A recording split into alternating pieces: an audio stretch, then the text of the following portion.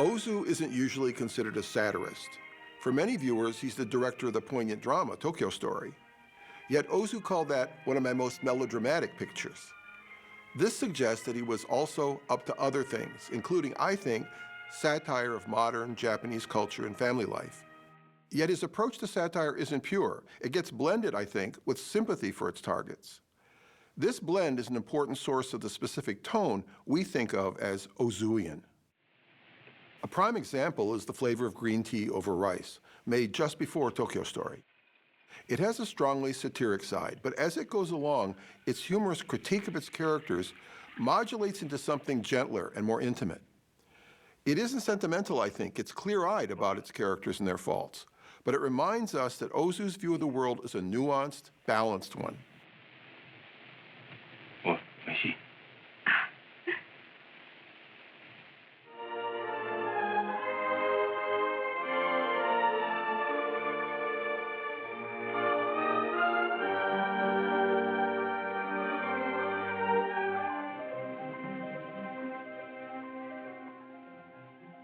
Ozu began directing in the late 1920s, and his main vehicles were comedies. For him and other Japanese directors, Hollywood cinema provided models of silent film comedy. Ozu gravitated toward two models. One model was Harold Lloyd. Lloyd's comedies were intensely physical and often centered on gags. Ozu followed this line somewhat. His earliest surviving film, Days of Youth, is full of the pratfalls that college boys suffer on a skiing trip. But Lloyd was also a careful designer of gags, building each one up and linking it to the next. Ozu learned scenic structure and the importance of gag motifs that could run through a scene. Tokyo Chorus develops a very funny sequence with office workers sneaking off to the lavatory to check their bonus envelopes.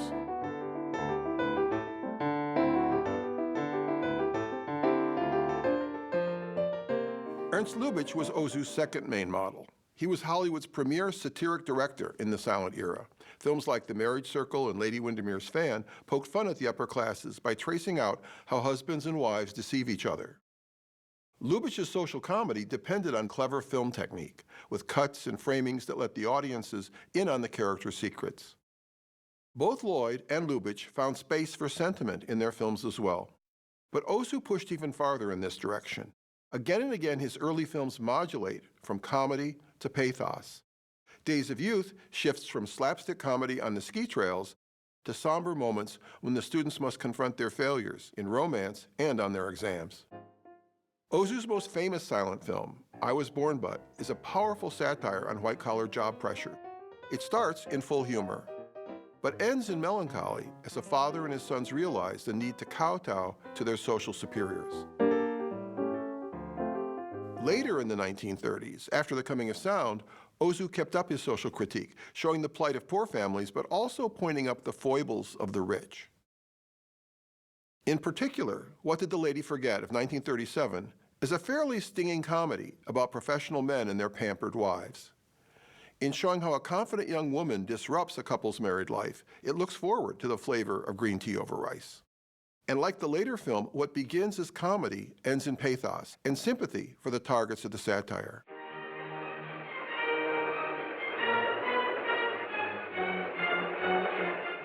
Green Tea isn't a remake of What Did the Lady Forget, but it does revisit similar issues, putting them in the context of Japan's recovery from World War II.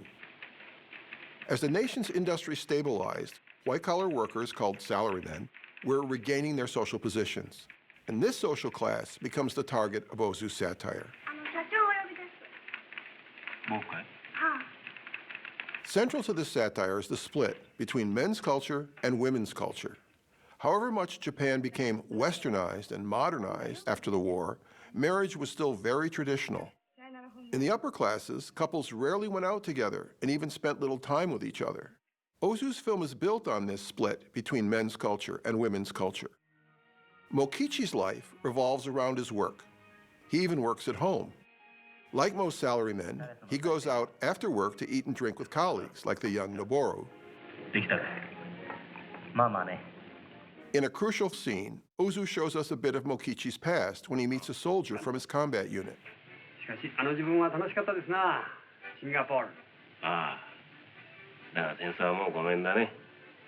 嫌だね。ああ、同感。わしも嫌です。真っ平ですわ。でも、どうなっておりますかな、今、ノースブリッジ。ああ、どうなってるかね。よかったですな、ヤシの林。 This is the world of men, grateful to have a job, but remembering quiet moments on the battlefront as well. The early portions more strongly emphasize the cosmopolitan lifestyle of salarymen's wives. これちょうだい。住んどいて。はい。 Mokichi's wife, Taiko, and the fashion retailer Aya lead fairly independent lives apart from their husbands. The plot starts in a minor key with the wives' plan to sneak off to a spa. We might expect this deception to lead to a marital crisis, but it doesn't. That's because the women think their husbands are too stupid or indifferent to care if they've been lied to. で、旦那様全然芝居って分かんなかった？うん、ちょっと危なかったけど。でも分かるくらいなら帰ってありがたいくらい。この時は重宝よ、もっそりしてんのも。普段は嫌だけど。The men have their own secrets. Aya's husband is secretly carrying on with a young woman, and Mokichi lets Taiko assume he's been out with a client when he actually went out with Noboru. 遅かったのね。お客様だったの？ああ。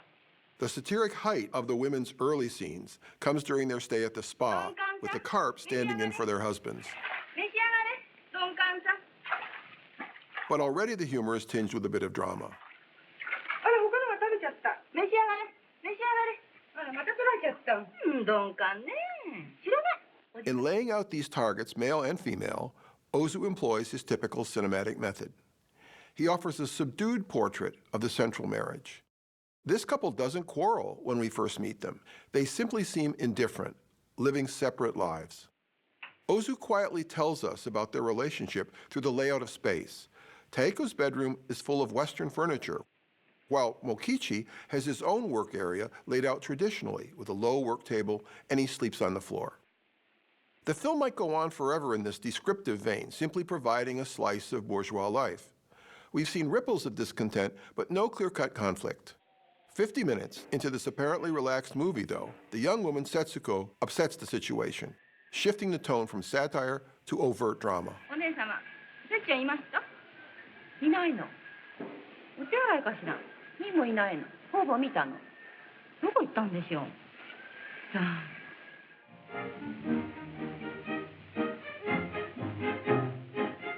Setsuko's role in the plot is to challenge the hollow marriages we see. This happens along a couple of dimensions. For one thing, she challenges the split between men's and women's culture. 随分探しちゃった。どうしたんだよ。 She casually enters men's domain, the bike races, the pachinko parlor, and adopts Noboru's search for snacks. Just as important is Setsuko's disruption of the marriage of Mokichi and Taiko. Early on, she expresses her reluctance to have an arranged marriage まだ当分結婚しないの。お見合いなんて絶対嫌。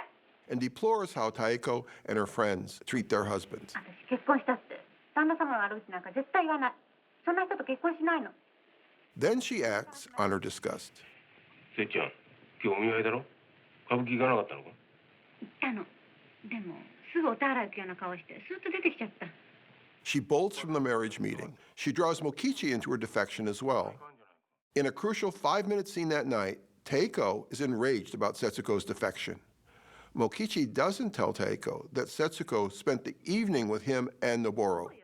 Taiko urges him to upbraid the young woman, but when he feebly does it, we're back in satiric mode. This stolid executive is caught between two determined women. And Ozu mixes in comedy when Mokichi pretends to scold Setsuko. いいかい君。みんな君のことを心配してるんだよ。それなのに君だけはそんな勝手なことをして。 But drama comes to the fore again when Mokichi asks Taiko not to press the marriage issue, and she storms out. This is a turning point in the plot. Setsuko has driven a wedge into this marriage. Taiko will grow more emotionally estranged from her husband.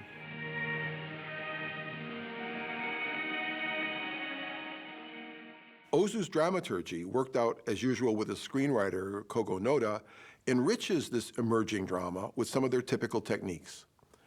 One is parallelism, which nudges us to compare characters and situations. Here we can see the influence of Lubitsch, whose comedies of flirtation usually drew parallels between couples. Ozu does the same thing in Green Tea.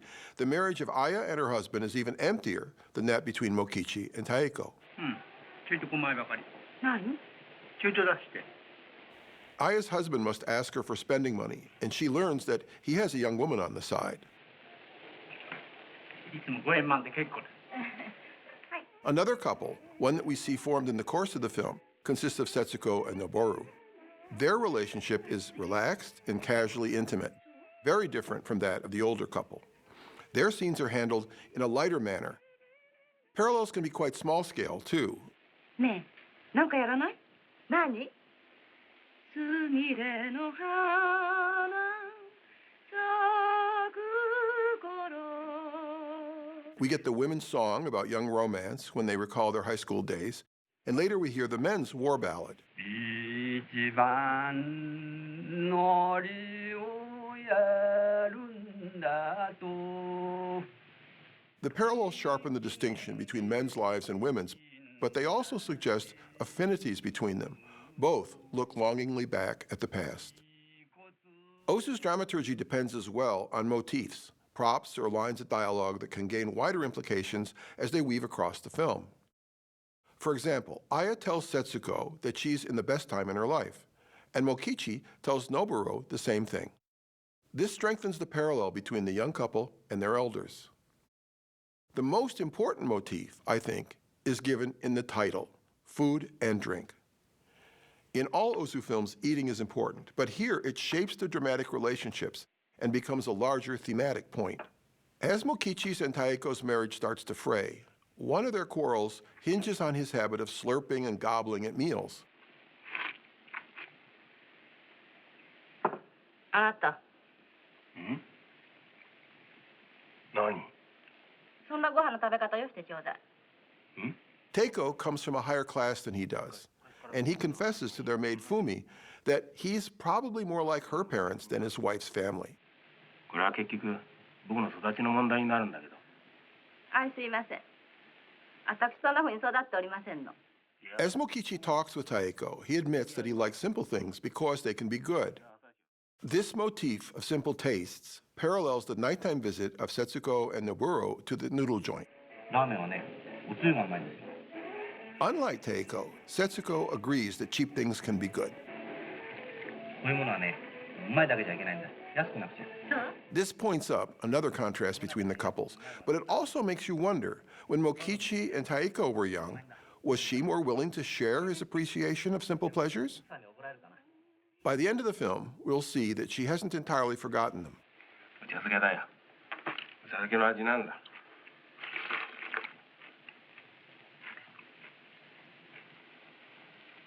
夫婦はこのお茶漬けの味なんだよ。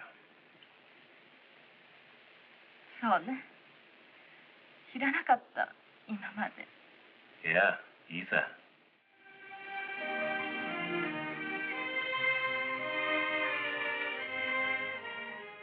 Ozu is one of cinema's most distinctive stylists, so we should expect his use of images and sounds to sharpen and nuance the mix of satire, comedy, drama, and sympathy. Take, for instance, his editing between scenes. Sometimes he cuts directly from the end of one scene to the beginning of the next. This can yield humor. Right after Setsuko vows she'll never call her husband a bonehead, Ozu cuts to Mokichi at his desk, doing a pretty good imitation of a clueless husband. 鈍感サンタなんて決していませんから。 More often, Ozu's editing between scenes lets the camera linger on intermediate spaces, the streets and signage and household objects that surround the characters. And he'll subtly balance portions of the film around the presence or absence of those spaces. Consider all those corridors. Early in the film, Ozu uses his corridor shots to follow the couple or their maid, Fumi, through the house, at the same time acquainting us with its layout. As the film goes on, we don't get many such transitional spaces. People pass through them off-screen and just enter or leave the space we're in. But after the big quarrel at dinner, Ozu replaces the corridor shots we've seen before with images of empty corridors. These serve as quiet pauses in the action, poetically underscoring the silences and distances between the characters. Then, after Mokichi leaves on his business trip, Taeko's passage through the household recalls the corridor shots of the early sequences. This slight re-emphasis subtly prepares us for their reconciliation at the climax. The most mysterious aspects of the film style are the forward and backward tracking shots that punctuate certain scenes, often when nobody's present in the shot. Ozu fans know that he almost never moves his camera. For his color films, he gave up camera movement completely. His post-war black and white films use camera movement very sparingly, so the simple, brief, in and out movements in Green Tea are pretty puzzling. I don't think we can assign a definite meaning to them, but they do form a pattern. First, they're almost entirely associated with the central couple, Taiko and Mokichi. Most occur in their household, and the ones that don't, with one exception, are still related to each of the couple, Mokichi in his office and in the company corridor, and Taiko and her sister in the lobby of the Kabuki Theater. Second, many of the shots emphasize the space around the table where the couple will share their meals. These emphasize in a discrete way the arena of the conflict that will emerge when Taiko and Mokichi quarrel about his tastes. Only Ozu would so emphasize the space surrounding the action and feature a camera that can't quite keep up with the characters. Most films show us only areas related to the immediate action. But here, as so often in Ozu's films, we see the people as transient parts of a more enduring spatial whole.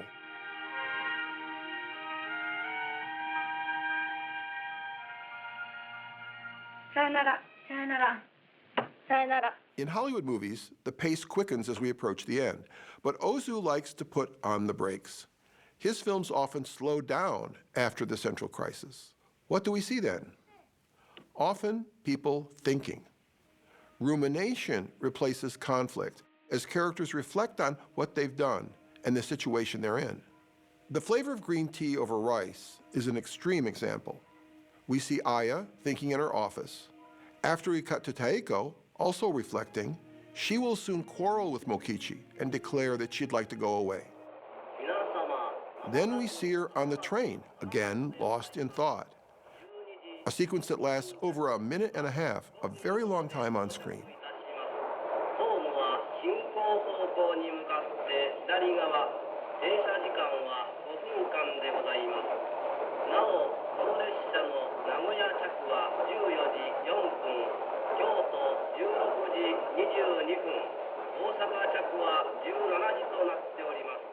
As the climax approaches, we see Mokichi at his desk registering Taiko's absence.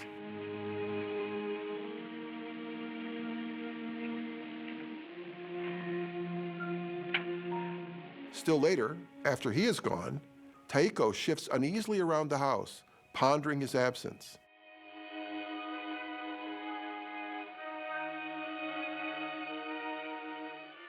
The accident that brings him home early leads to their reconciliation. This late-night scene lasts an astonishing 13 minutes. It draws together many of the themes, motifs, and techniques Ozu has woven into his movie. After the corridor lights mysteriously go out, the camera tracks back again from the dining table. It's here that the marriage will be healed. And the corridor shots we saw at the beginning return as they walk through the house together again. They apologize to one another. Naturally, they make amends by eating. When Taiko and Mokichi set out to make his impromptu meal, Ozu returns to a quietly satiric key. This bourgeois couple is as alienated as a couple in Antonioni. They don't know their own kitchen. But the fact that they can cooperate in making their late-night snack marks a step forward in their reconciliation. あったよ、たくあん。それ、文たちんじゃない？That reconciliation is given pictorial expression when they settle down to eat, in a framing that repeats one on which earlier camera movements ended. At last, they fill the space that's been awaiting them. Ozu's framing here recalls their earlier meal, but now they're no longer quarreling. ありがとう。 During the war period, Ozu prepared a film called The Flavor of Green Tea Over Rice, in which a husband called to the service spends his final meal with his wife. Like Taiko, the wife needed to learn the value of simplicity. Ozu wanted the simplicity of the meal to signify the self-sacrifice of the Japanese people. But censors objected that this gesture wasn't patriotic enough, and the film was never made. おいしいわ。前ね。 In the film we have, the plainness of the meal signals the basic pleasures that the husband enjoys. It also marks the wife's acceptance of him for what he is, and her willingness to become less haughty herself. ごめんなさい。あなたおっしゃったわね。インチメートなプリミティブな遠慮や体裁のないもっと楽な気がした。 In green tea, Mokichi is much gentler and more accepting. いいじゃないか。もうそんなこと。いいえ、よかないわ。大事なこと。 Still, when Taeko admits she was wrong, it might seem that Mokichi has won a kind of victory. But I think we should remember that he too needed to be brought back to simple diversions, thanks to Noboru. Eating at the pork cutlet joint and visiting the pachinko parlor, something he knew nothing about, led him back to a relaxed mode that his workaholic life otherwise blocked out. Other Ozu husbands relax at home, but for Mokichi, home has become an extension of work. It's taken his interrupted trip and his wife's apologies to remind him of their marriage. Later, Taeko will report that he broke down weeping. ちょいと見たらあの人目に涙いっぱい溜めてんの。いや泣いちゃいや男のくせにって言ったらわからないのか俺の気持ち。嬉しいんだ。お前と一緒になって今日が初めて。今日ほど嬉しかったことはなかったんだっていうの。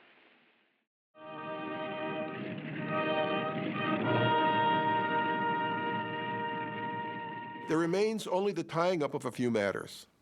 The wives reassemble around the dinner table to hear of Taeko's more loving view of her husband.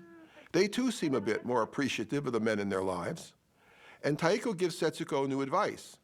Don't look at externals. Look at the man himself. ねえ、せっちゃんわかる？何？よく考えんのよ。よく考えてお婿さん決めんのよ。あんたの一生の問題。ネクタイの好みがいいとか、洋服の着こなしがどうとか、そんなことどうでもいいの。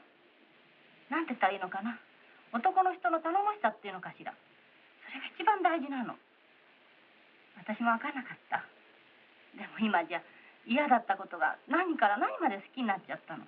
Setsuko seems a bit skeptical of her aunt's newfound goofiness. A typical Ozu coda follows.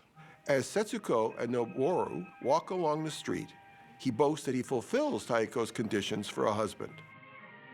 Setsuko rebuffs him, and they run off down the street.